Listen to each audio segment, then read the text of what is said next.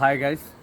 তো আমরা একটা কথা সবসময় শুনতে পারি যে ভিটামিন ওষুধ খাচ্ছি বা ভিটামিন জাতীয় খাবার খাচ্ছি, কিন্তু আমাদের শরীরে লাগতেছে না বা আমাদের এখনও ভিটামিনের অভাব।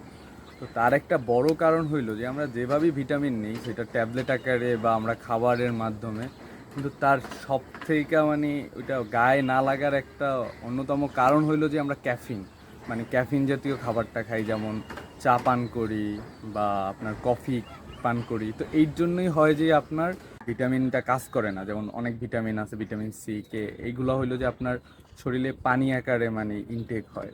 তো যাই হোক, তো আমরা যখনই ভিটামিনগুলো নিব, তো ক্যাফিন জাতীয় পণ্যগুলা বা ক্যাফিন জাতীয় খাবারগুলো আমরা বর্জন করব। তো আল্লাহ হাফেজ। আরও ভিডিও দিব, তো পরের ভিডিওতে আরও জানতে পারবো।